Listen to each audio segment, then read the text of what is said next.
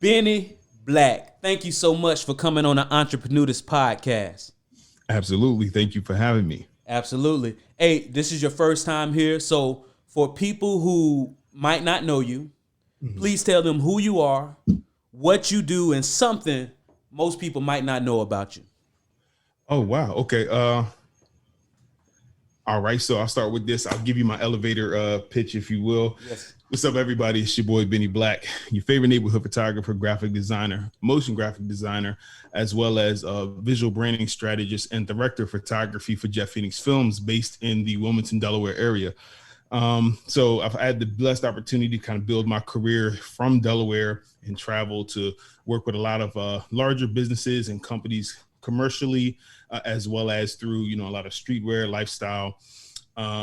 Recently, PlayStation 5's released through Snipes in their apparel clothing with 21 Savage as the featured artist. And before that, had a really wonderful opportunity to follow around Cuban Link and 50 Cent with Jeff Phoenix Films in New York for her birthday, which was really cool. And before that, then had a chance to do some work for Adidas on the ZX line as a add-on to what Snipes was doing for the push for Adidas. And those are some of the things I really feel like, stand out in my career as I've been building. And then the cool thing is I can now talk about it is I will be on the 6th going to Egypt with the Starlight Foundation to do documentary photography and sports photography in Cairo. So that's going to be a really cool thing for me to kind of hone in and push, the culture for an area where, basically Delaware is considered nothing to most.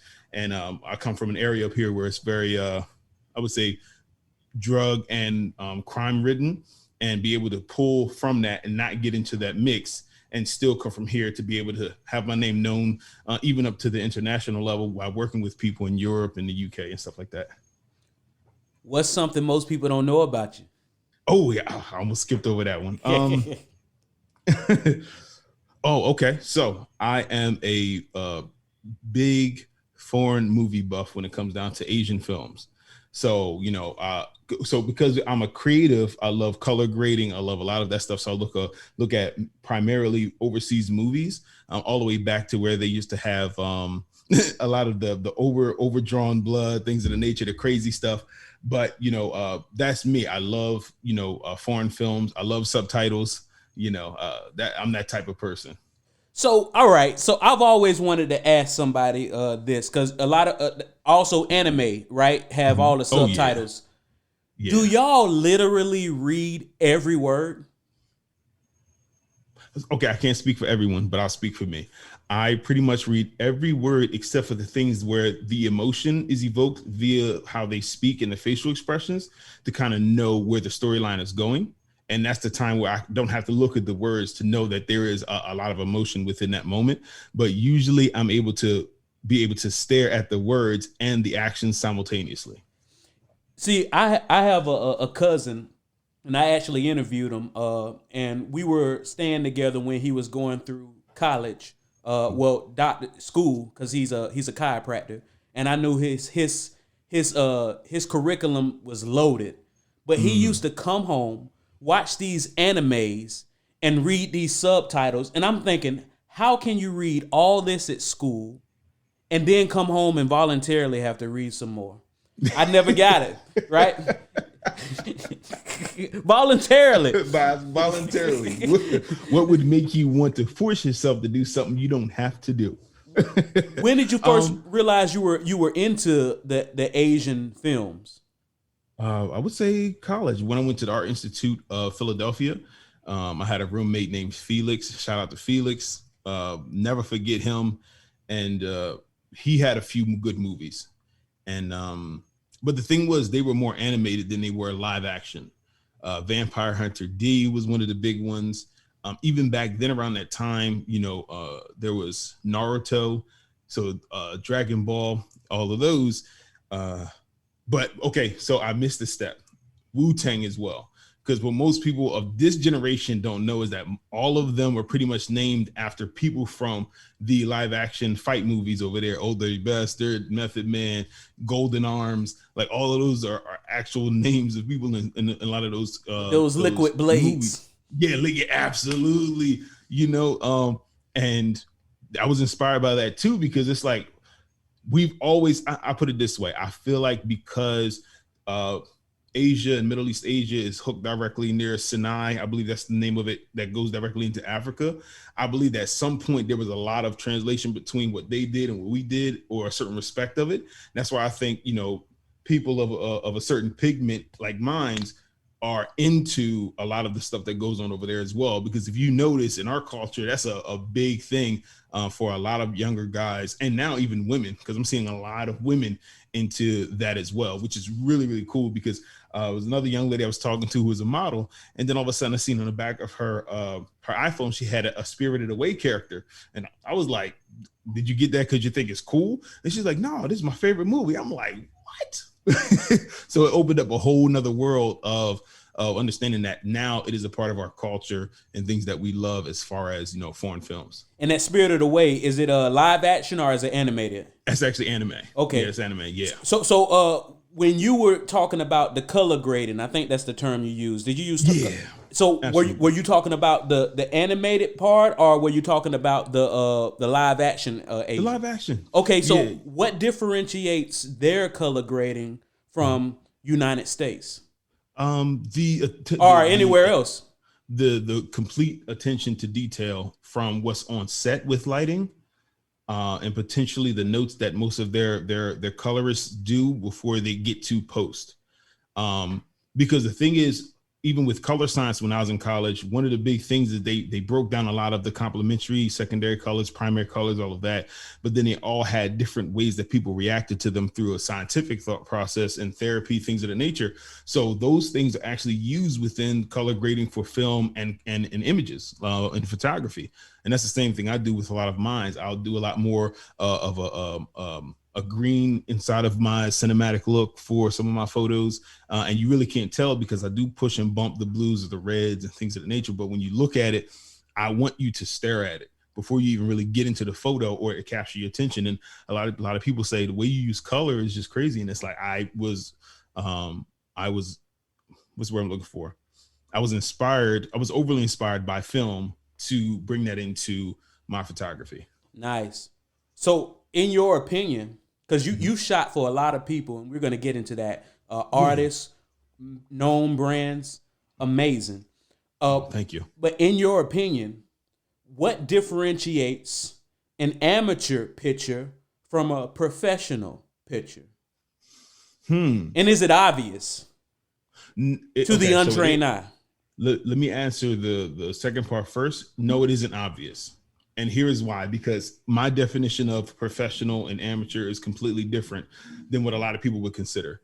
So for anybody who may be listening, who is into or getting into this realm, my definition of a professional is someone who does this all the time. That's all they do. They don't work for anybody else. They're 100%. So with myself, I do this full time. I'm considered a professional because this pays the bills. This takes care of everything.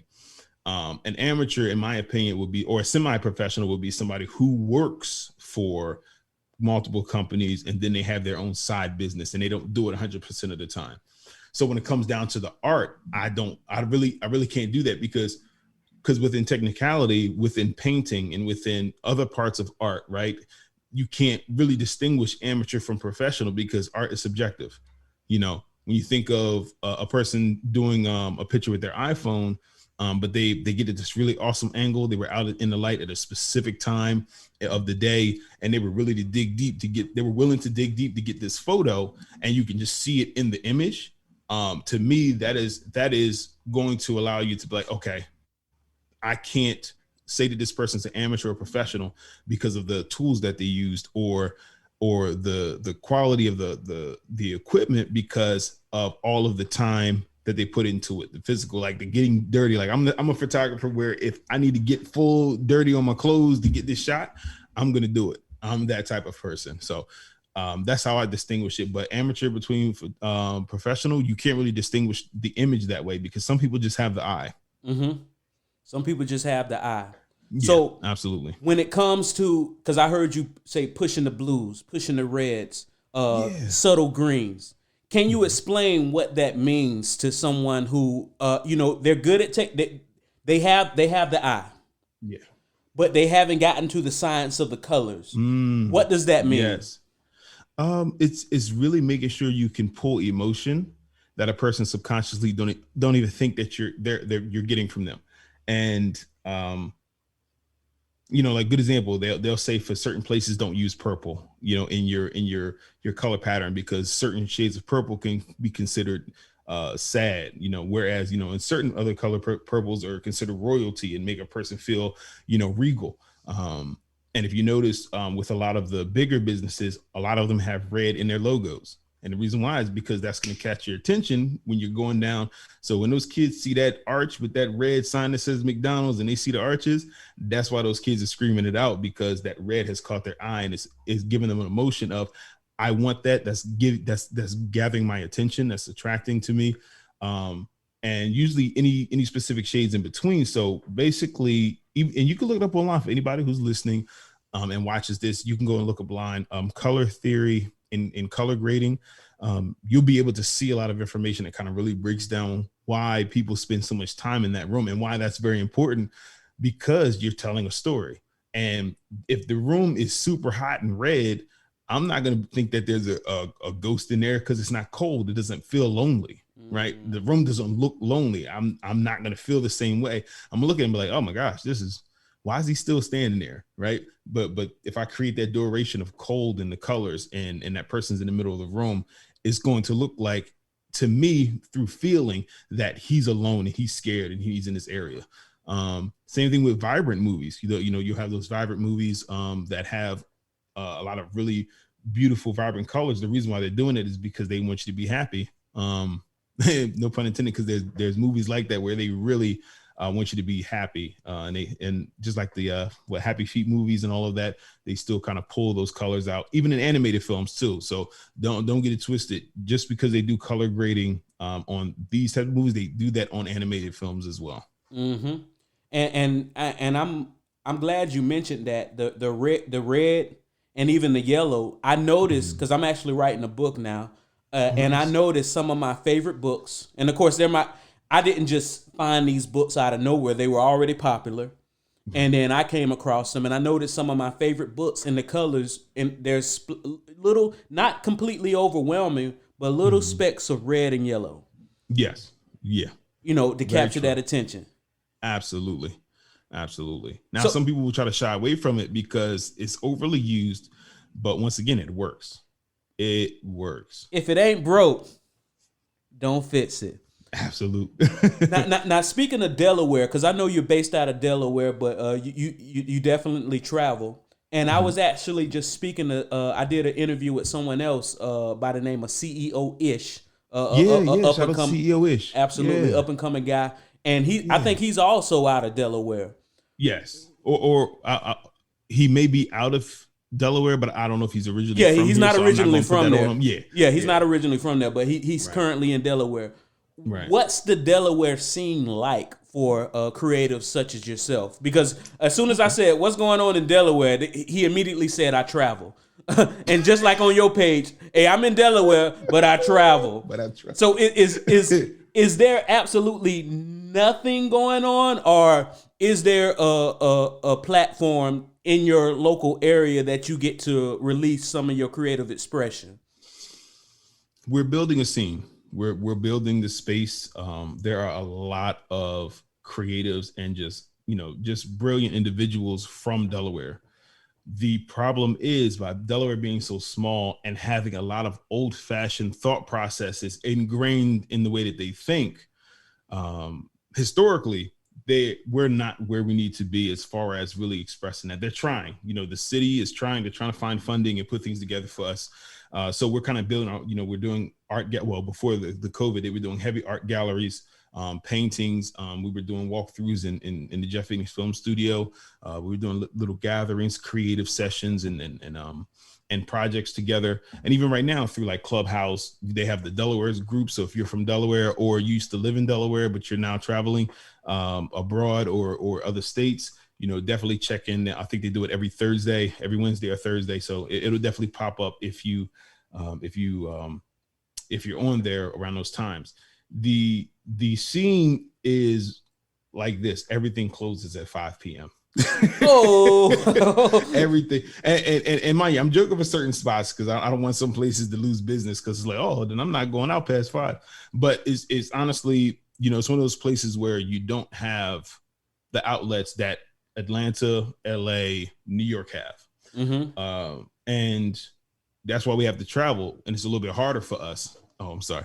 One of my lights went to, there it go. It went idle. As soon as that light went out, I knew you wasn't going to let it. I knew you were going back to it immediately. Oh, yeah. Oh, yes, absolutely. I want to make sure it looks as good as possible. Yeah, we just don't have that scene. You a Delaware native? Yes. Yeah. Born and raised, Wilmington, Delaware. Went from there to Southbridge, moved from Southbridge to Newcastle, Rose Gate area, and then from Newcastle to Newark.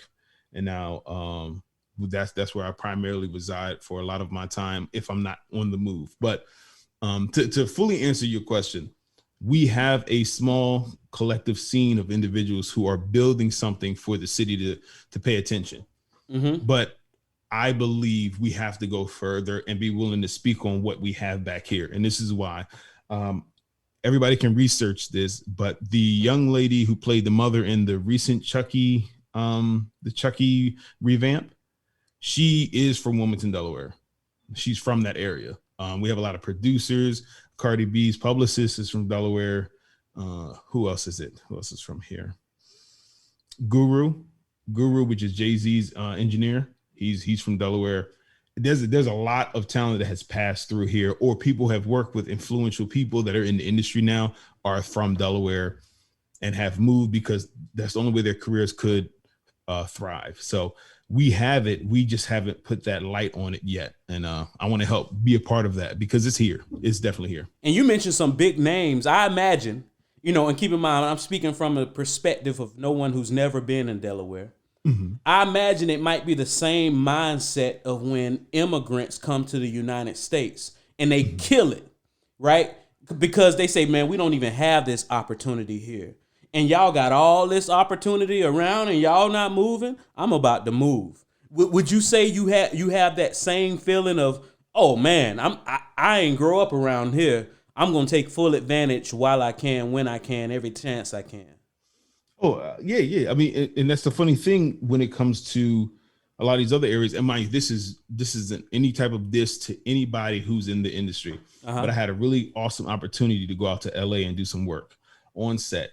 And they have a union out there. So when you are there for a specific job, you don't do any other jobs, right? And that's the mindset for a lot of things they do out there, even for smaller projects. Now, mind you, sometimes they'll go out of their comfort zone and they'll help and do other things and bring stuff in, break stuff down. But I'm the type of person where I'm the photographer. I'm doing the motion graphics. I'm thinking about the advertisements after we're done, how this stuff is going to be pushed out. I'm on set helping build, put stuff down, as well as taking behind the scenes, even though that's not my job. And I'm playing 5-6 parts because I feel like it needs to be done. Whereas the other person's looking at me like, if you don't sit down somewhere, yeah, because I'm just going hard. But that's what we do here. Whenever we're in a place of creativity, our minds can't slow down. So we're always pushing forward to make sure we're doing our part and making sure that we're seen. So I do that everywhere I go. And I think you just hit me with a potato because I'm born and raised in the South, Jacksonville, Florida. I say advertisements. I heard you say advertisements. Now, now, did you pick that up once you started mingling around the corporate, or is that how they say advertisements in Delaware? Well, I mean, it's like you said, that potato. It's like niche and niche. Yeah. I ended up being around a lot of people, and they pronounced them different ways. But even through a lot of classes that I took back in college, a lot of the professors, they would correct how you say certain words. And mind you, it was always a battle between certain professors and certain teachers because they always felt, because of the origin of this word and where it came from, this is the correct way to say it, or this. And it just stuck with me. Advertisements. That's almost like with iPhone, right? We say aluminum, but in their commercials say aluminium. Oh, bro, I never knew that what they was trying to say. Oh my God. Oh my God. I'm country than a motherfucker. Yeah, that's how they were breaking it down. And then when I say it, people look at me wild, like, I don't even know what you're talking about. But it just comes from that respect of the best of both worlds, sitting in boardrooms with millionaires and people who are literally buying top floors of hotels and giving you one of the rooms, to being to someone who is very passionate with their idea, but don't have the full funding to push it the way they want. I've had the opportunity to be on both sides of the spectrum. So what I try to do is merge both of those worlds. Everything I learn over here, I bring back over here. Absolutely. That's why instead of, and like you say, it's not, it's not selling out. It's seeing, all right, these are the people who are professionally doing these things, and this is how they say it. And you want people to feel comfortable. For example, I remember when George Bush was president, and it was a big it was like a big scandal, and they was laughing on the news. He was saying nuclear. And when he was saying it, they like, he's saying nuclear. And on the teleprompter, they have to put NEW-clear so he says it right. And I'm thinking, what's wrong with nuclear? But it's nuclear. Mm-hmm. And so it's just one of those things to where, all right, I don't want to give these people no reason to count me out just because of the way I talk. I'm going to change some things. I'm not going to change everything. Right? Because once again, I'm still country, right? And I love it, right?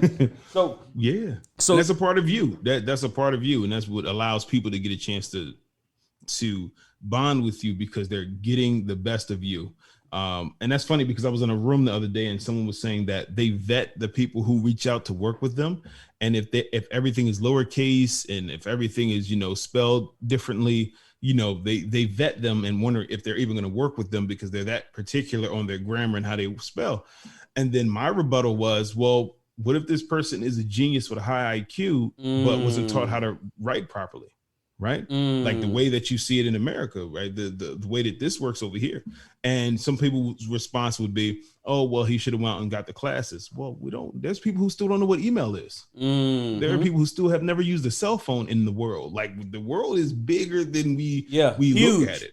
Yeah. So, I don't count those people out, because I've met people who, okay, good example. My son, he's low spectrum autism. He has a couple of situations. My oldest, he has a couple of issues of how he approaches certain situations and the way he may talk about things, because he's very direct, almost Asperger's, if you will. And, we work with him on that, and he's grown so far from that, but his math and his fact capability. At the age of 3, we were out and I said, hey, son, do you see daddy's car anywhere?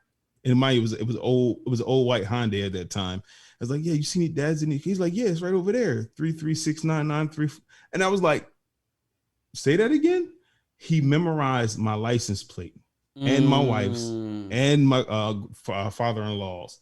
Like, his facts and his number capability, like, he's doing division and multiplication last year when kids are still learning, to add and subtract properly. Mm-hmm. So the thing is, you can't count someone out because you don't feel like they're up to a specific standard of what you think or where you think they should be.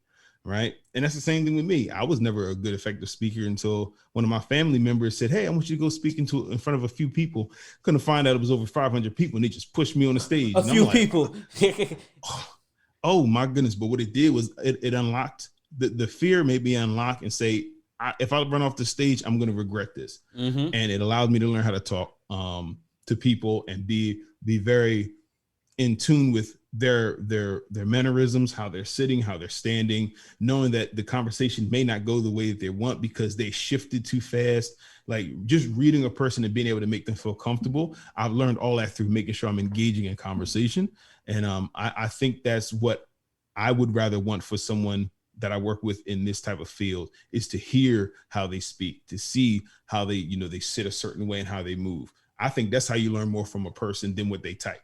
Shout out to that family member, because they obviously knew you, and they obviously knew what might be some of your insecurities, and they worded it the right way. They got you there, and they pushed you out into that water, and so you can swim. Shout out to that family member. Shout out. Indeed. Shout out. Hold on, because that family member did something amazing. We gotta do it like this.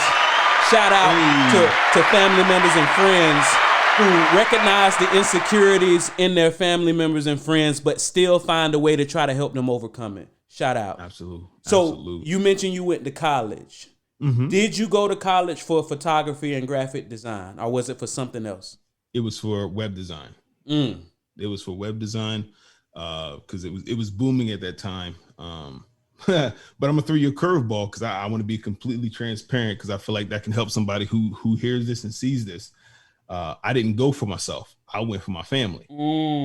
So I was like, all right, I'm gonna pick something up. I was messing around with graphics a little bit at the time. And I said, okay, let me get into this. And then I said, oh, I love the idea of web design and what you can create using all these different symbols and these asterisks and all of this to create this code that turns into something visual that somebody can interact with. That was cool.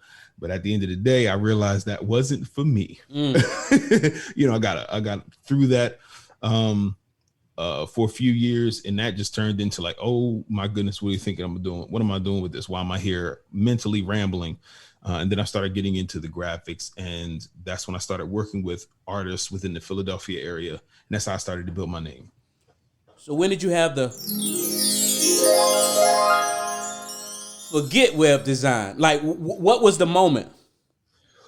The moment was I was sitting next to a gentleman in one of the communication classes in college, and I started just messing around making designs. And the guy next to me is like, oh, that's really awesome. I think I want to introduce you to somebody who manages this rapper.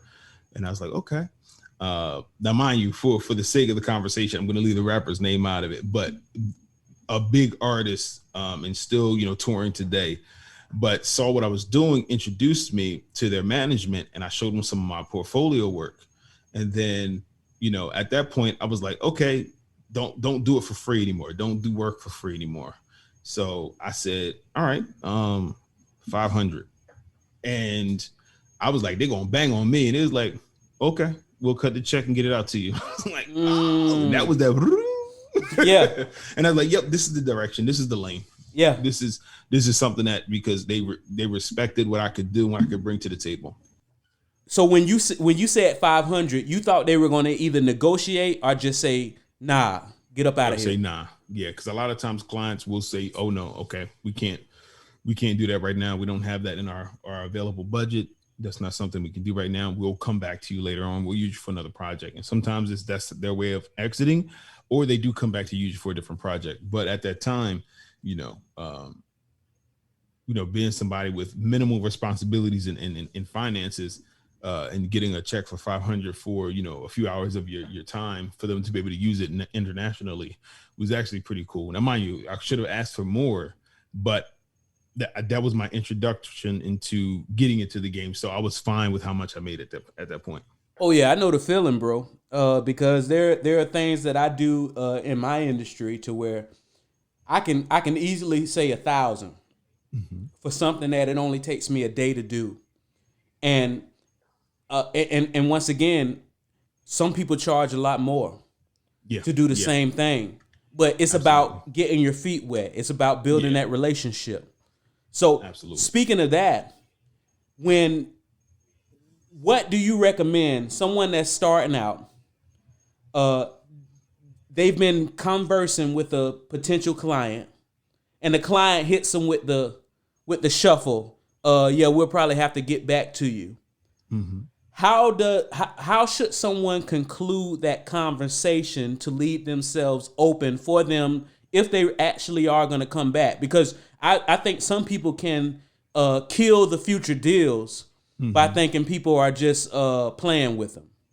True. Yeah, that's true. And sometimes they'll speak out of turn. They'll say something, or they'll do something that will tell a person, okay, this person's not professional. We're not going to work with them in the future. So what I do is, even when contracts are in place or the conversation, I'm always placing certain key phrases and words in between every part of the conversation to lead up and build up to the end of it. So certain things I'll say is, hey, so listen, I know this is probably going to be our first time working together, but allow me to say this: because of the investment that it would take for us to work together, I would love to be able to know your budget and what you're working with, so therefore I can see how we can work together on this project. because I just don't want to give you my worth. And then that kind of put you in a position to be a little offstandish because you weren't expecting those numbers. And if you want to see why I charge so much, I can give you the full breakdown and an understanding of my work process on set and after set and how many days it usually takes for me. But I would need to make sure that you have a full understanding and transparency is there, that I'm an investment. And when we're working together and you're willing to invest in yourself by paying me to do this work, you're going to get what you need. But if it's outside of your budget, there's two things we can do. I can give you time to think it over and see if you're able to come up with the funds for this project. If you can't, I would love for you to come back with a counter offer of what you think you would be able to do close to what I'm asking. I always want to get to a yes. There's always a way to get to a yes. And I don't want to leave this opportunity for us to make history off the table. Amazing. The way you talk, because when I reached out to you, and of course you're the one, let's be clear. You're doing me a favor by doing this interview, right? But I'm humbled. The way you respond to me, it almost seems like I'm doing you a favor. Where did you learn that? Or was it just innate, or did you pick it up from somebody? I picked it up from just reading body language. I've always been a person where if I'm watching somebody and they're like this, and all of a sudden they do this, it's like, okay, what does that mean? What is their thought process? What was just said to make them give that reaction? Because then what happens is I will do feed forward or feedback, depending on how a person perceives those words, with the person I'm speaking with for a project. Because this is the one thing that people don't understand. And honestly, I will say this. I wish I went to school for I forget the name of what it's called, but basically learning human language and how people, adapt and how people read certain things. And I'm very fascinated by how certain words can make a person change and shift their body or do a certain twitch or bite their lip or touch their nose at a certain time and those types of things. Yeah. you'll say something, they'll go, oh, okay. So what I do is before I say anything that is going to shock a person, I try to hold their hand, right? I hold their hand before I put them on the roller coaster. That's what works for me. I hold their hand before I put them on a roller coaster, because if they've never been in that experience of those ups and downs and having to figure out how to push certain things places to get their marketing strategy together, their visuals together, because it is a mentally taxing and financially taxing space. But the idea is by me working and being around so many people who are poker faced, I look for the smallest of adjustments. Because a lot of times in meetings, the owner will do this and not say anything. Whole time. Yeah, not say anything, just stare you in your face. They could love your idea. They could be tapping their foot, but you would have no idea. And then I would pick up on small subtleties of if they fix, their collars or those small things, because those still mean something as well. So I received the way that I speak to people and I react and or hold their hand before putting them on a roller coaster from just being quiet and studying the room, the room. And like I say, it sounds like you also know that 90% of communication is body language. But you didn't see me. But your words were so welcoming. So other than that, it's how did you learn how to communicate via a DM and email without seeing someone but making them feel so welcome? Because keep in mind, you never saw this is our first time interacting with each other. Right. I see what you mean. Where did you get that skill set? Can you recall? Okay, I will say I feel like it just developed over time by working with so many people. I started to kind of realize how to maneuver when speaking with someone. And I like how you said it earlier. I make you feel like you're doing me a favor. But let's really think about this, right? We're doing each other a favor. And this is the reason why, is because you feel that I add value to what you're doing with your podcast. right? You're giving me the platform to speak to somebody who may need to hear this, that therefore they will grow in their business and what they're trying to do. So I try to speak to everyone in that regard. Everyone is important. Everyone is of value. When I meet you and talk to you, it doesn't even matter if I'm having a bad day. That's not your fault. Why I don't give that emotion off. I don't do any of that. It could be 2 a.m. Somebody sends me a message versus Instagram. If I'm up, I'm going to at least say, hey, I appreciate you. Thank you for reaching out. I would love to talk to you very shortly because I feel like we can help each other.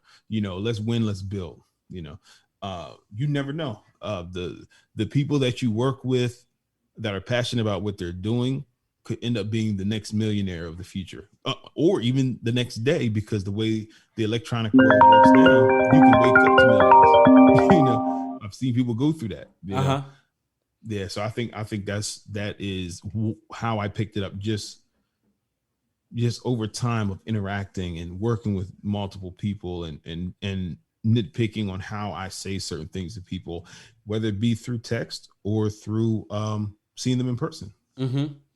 And you use the term, I think most people have heard or used the term feedback. But you said based off what you pick up, you either feed forward or feedback. What's the difference? So in certain states that I've been in, even the word feedback can be considered demeaning. Right? For some reason, certain people will hear feedback and it's like, oh, okay, so whatever I did wasn't good enough, so they're going to try to find a way to make me feel good about what I didn't do right.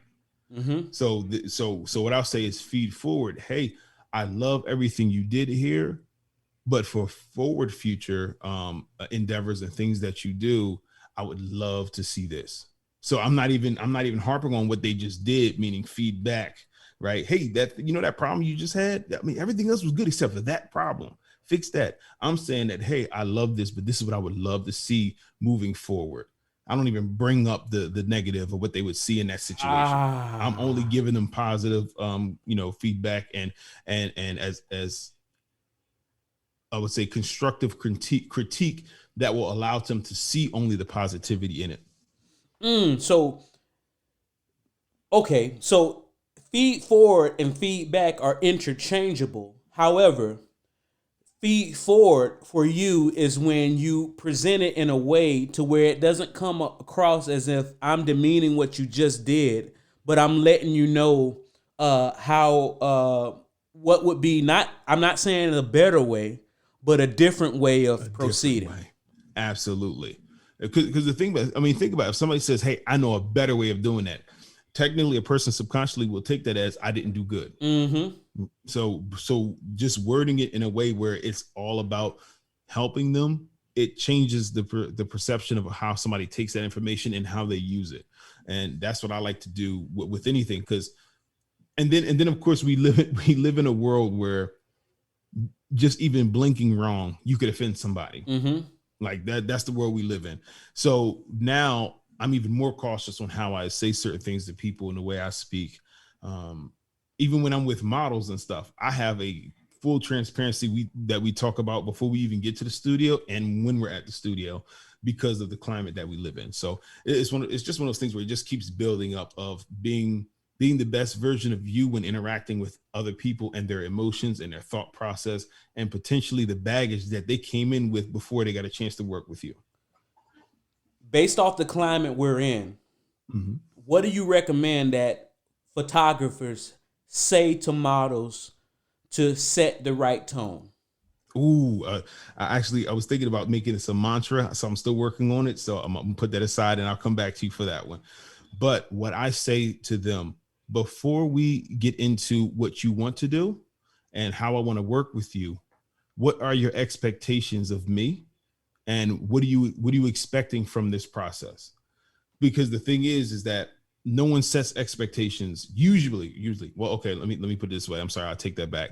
A lot of people do not set expectations for what's going to happen next. It's like, oh, we're going to work. Okay, great. Let's meet up. Let's do this. This is the studio. This is the outfit. But what is the expectations from this? So why do I say that? Well, here's the reason why. What is the model looking for to gain from this? Or what is she looking for as an experience when we work together? right? I'm one of those photographers that I'll ask, hey, what's your favorite type of water? Because I don't want to give you soda and things of that nature. I don't know your medical history, and sometimes they don't either. So therefore, I don't want to be a part of that. I'll give them water. Hey, have you eaten yet? Do you think you need me to bring snacks or something? Because I want to make sure that you're in a comfortable position. I can't have your stomach grumbling and it shows on your face, because that destroys the image. And those are some of the things that we talk about. It's like, oh, I've never talked about that before. What type of music do you want to play in the background? You know, I've worked with models who had the expectation of coming into R&B, and they've worked with photographers who are playing 21 Savage. You don't want to hear that, right? Yeah. But then I've met models who is like, you better throw Savage mode on. Yeah. So it's all about setting expectations before working with somebody on what they're going to receive and or what to expect out of the experience. So that's what I recommend for most photographers. Set the expectations before you get to the studio or on set. Speaking of 21 Savage, you worked with him along with a list of a lot of people's favorite celebrities. Oh, awesome. What was one of your favorite celebrities to work with, and why? Oh, I would say 50 Cent. Okay.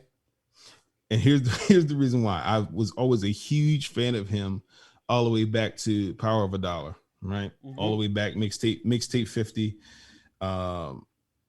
And what happened was, later in my career, I got pulled in by Tone Trump and Mike Knox to be the graphic designer for a spinoff idea of G-Unit Philly that Tony Ayo and them were kind of seeing if it would work. So I ended up being a graphic designer on the team, and I was like, yeah, I can't wait to get to 50 to show them the ideas and things I'm going to do with it and all of this. And unfortunately, it fell apart. It was just because things didn't work out properly at that time. I believe that it was just moving too fast to the point where it was hard for music artists that haven't been on that level at scale to be able to keep it together. I mean, because it was four music artists, 4 different ways of thinking. I mean, it was a lot. So that was disbanded, and I went on and started finding work, still working with Tone Trump and a lot of people around that time. Fast forward to this day, I get a call from my brother Jet Phoenix, and he says, "What are you doing at so and so time?" I was like, "Nothing too much, just doing some editing." He's like, "All right, cool. We're going up to New York to follow Cuban Link and 50 around for her birthday." And I was like, "Oh, okay. Well, all right. Well, let me check my schedule first. Yeah, I mean, let me. I'm busy. Let me make sure I can do it. Yes, but then this is what really made it a powerful situation, and no pun intended there, because of his TV show. Yeah, but we finished taking these phenomenal photos of her, getting ready, makeup, all of that. Her ensemble. She was styled by somebody whose name is Devin Milan. Who's from the Delaware area as well. She's super dope. Shout out to her, because she really styles a lot of people very, very well. And we're downstairs waiting to get ready to go to the next location. We're not too familiar of New York. So we weren't too fond of just leaving too soon and getting lost, things of the nature. So lo and behold, 50 comes up the steps in the spot, and, we start just talking to him a little bit, because once again, we want to respect. We know you're a celebrity, so we're not going to treat you like one, because you probably get it every day, all day. But all of a sudden, that small banter that we created with him turned into him sitting down with us and just throwing almost 20 minutes worth of game. It was insane. And it was just a different experience, because he didn't have to do that. So I went from trying to get to work with him to sitting in front of him and being mentored by him, and even in a micro session. And it's just funny how everything came back, tenfold, because that was way more than I expected that I was going to be able to do and get with him. So I would say that is one of my most memorable moments, because it was a process of getting from there to now. So how did your corporate relationships, did your corporate relationships stem from a celebrity client, or was it the other way around? They saw your work with the celebrities, and then a corporate person just wanted you for something just completely different. So the funny thing is, it's a mixture depending on the different projects. But I will say the majority of what happens is I will work with someone, whether they're a small business owner or someone who works with a larger business, and then I'll do work with them. And then somebody will ask, who did that? Or what is that? And then kind of find out those individuals are watching me and seeing what I'm doing. And then they reach out later on down the line to bring me into a project they feel I fit. And that's how a lot of the Snipes work happened. Build a relationship with one of the people who ends up being a creative director. And he was like, your work is dope. I'm gonna pull you in at some point. And lo and behold, you know, I get multiple calls to do different types of work and then to test me to see if I can do the work. And, you know, I was surprised by that because it put me in a position to get out of my comfort zone many a times. I did a full 3D design activation to pitch for a part of the PlayStation store activations that they were going to do. And it was like, hey, here's a simple drawing, turn this drawing into a 3D room and then we're going to pitch it. So I stayed up like 10 hours. I didn't go to sleep. I was overnight and I got this thing rendered, put out. And he said, you went above and beyond. And mind you, it's on my Instagram too, but it was like, you went above and beyond. I even animated it, put music to it, had you go through the room and cinema and all that. So just pushing myself. So then what happens when you do that? Other companies come calling. Okay, whoa, you did that. I got an idea. I want you to check this out. Here's this pitch deck. Here's this idea. Here's this creative stuff we're working on. What can you bring to the table? And then it just has, you know, roller coastered into it just being a beautiful up and down, right? It's a little slow, then all of a sudden that intense the anticipation of the next project. And then all of a sudden it's just sitting there a little bit and you think the roller coaster broke and then so that's how it spirals. And that's probably a great metaphor, bro, because I remember it wasn't too long ago that I did find out that I think if not all, most roller coasters work off that one kinetic, that one buildup. The entire rest of the roller coaster is that tick, tick, tick, tick, tick, tick, tick, tick. And then the entire ride is just off of that build, that grind, that actual gut wrenching long hours of work, and then you just get to coast off that kinetic energy. Yeah. So you mentioned your favorite artist to work with. Who was your favorite brand to work with and why? Oh yeah, easily Adidas, easily. I was pushed to do something in a different way. Most people will come to you and say, "Hey, here's an idea, execute it," or they will already have everything in place, and all you're doing is helping with other small elements. So basically, you get put into the pot and you melt down with everything else. So it's hard to differentiate your work from everybody else's because you're just a part of that soup, right? Here we go with the Adidas one and they say, hey, we need stuff for these specific stores. And not only do we need this, we need you to create something for us that separates this design from their whole marketing design. And then we need it to be motion graphic and digital stills. So I was put into a place of, once again, being pulled out of my comfort zone. And it allowed me to push forward to do what I did with the Adidas ZX Boost, 2K Boost design work. So, but you're always getting pushed out of your comfort zone. What about Adidas made it just so pleasant? Okay. I love Adidas. Hey, my you feel me? I mean, I like other shoes and everything, but I mean, I like Adidas. I like the way they feel on my feet. You know, I love some of the designs they've been doing as of late. A lot of the physical foam transformation they've been doing with a lot of that stuff as well. And it was just a pleasure. You know, you see these brands, you never think you're going to get a chance to work with them. Let's be completely 100% honest. You wear it, you buy it, you're in line standing to get it. You never think you're going to shake hands with somebody who's going to give you an opportunity to be a part of that legacy. Right. That's to me a game changer. Like Adidas is a legacy. Yeah. Right now, if they decided to drop a mini documentary, it would always say to be continued at the end of it. Absolutely. Because they have so many years. And then the stuff we don't know of what the company went through and then the people who are involved. So having that opportunity to even just be a part of that history. And that's why I always say that let's make history, because it doesn't always have to be in a book, right? It doesn't always have to be a book. It could be a situation where I walk past a billboard and I see my work. I'm a part of history. Ooh-wee. Yeah, I know that feels good. I see it on a bus, right? That's a part of history. Somebody had to hang that up. Somebody okayed for that to be out there to convey to the audience that this matters.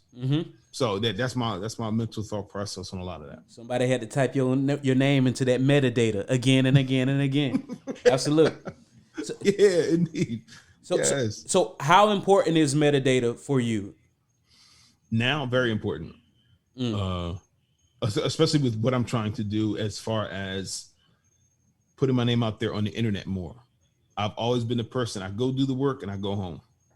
I just recently put my website up. I was procrastinating on that. Beautiful website, by the way. Oh, thank you. And I've really procrastinated. And that's just us as creatives. When it comes to our own stuff, we always put ourselves on the back burner and then put it on simmer. You know what I'm saying? But when it comes to other people's stuff, we have that oven on. We have everything set. We preheat. We know what we want to do. We know how to make other people look good because of what we can bring to that. But when it comes to ourselves, we always do that to ourselves. Absolutely. What can you tell me about Starright Foundation? Is that did I say it right? Starright? Yeah, the Starright Foundation. Yeah, absolutely. So what I've learned about the Starright Foundation, and in Star herself, is that she really does care about breaking the continuous thought process of football being a specific way. And she has partnered with a lot of female celebrities that are in the football world, or in the athletic world, period, to come together and play with a Moroccan team and actually have some really cool contact football, which is really nice, because when I first thought of it, I was thinking, soccer, football, right? Oh, that's awesome. But she's like, no, I really want to bring this over there. She has her own team. She has her own football team that she works with. She's a coach. She coaches children. When she goes overseas, she's teaching and coaching kids over there as well. And I believe some adults also. I don't think she discriminates on age. But the cool thing is she does it from the muscle. She's my mantra that I use now: handshakes over handouts. So that's something that I always say is I'm not looking for you to give me something. I'm not looking to have my hand out and you change my life. I just want the opportunity to show that I add value to what you're doing. That's all I'm asking. And then, this opportunity comes and I am going to show out. I'm going to really make sure that every photo that I document for her really shows the essence of how certain parts of Africa should be seen versus what is shown in the media here. That's number one. If I can bring any of that. Number two, really highlight what she's trying to do. So therefore, other people are so impressed and say, you know what? I should have been a part of this. I shouldn't have waited to see the end result. I should have been a part of the end result. And that's all I can do is bring that to the table for that foundation and what they're trying to do. Benni Black, you are a very interesting man. Really. And your engagement and conversation, I like it. And I definitely want to bring you back and ask you more questions. Oh, yes, absolutely. Are there any last things that you want to share with the Entreprenudist podcast? Yes. The one thing I want to share is, even when you're in a position of feeling like everything you've done is for naught, everything you've done up to the point of where you're at, no matter what age you are, realize all it takes is one more try, one more opportunity to come your way. And the reason why I say that is because I've had 2 offerings previously to go to Africa to do work. And one of them I had to turn down, unfortunately, because it was too late. And then the other one I had to turn down because, I have a 2-year-old. So I just didn't feel right leaving him. And I was broken because it's like, I've always wanted to be a part of doing something for someone to see and get inspired, but yet I had to turn those opportunities down. And here I am with a 3rd opportunity to do so. And I said, I'm not missing this one. And my family members behind it, they're a lot of my friends and people that I work with, they're just amazed. And they're like, yeah, this is your time. So don't ever feel like you won't get another opportunity. As long as you keep fighting to get those opportunities, they will be there for you.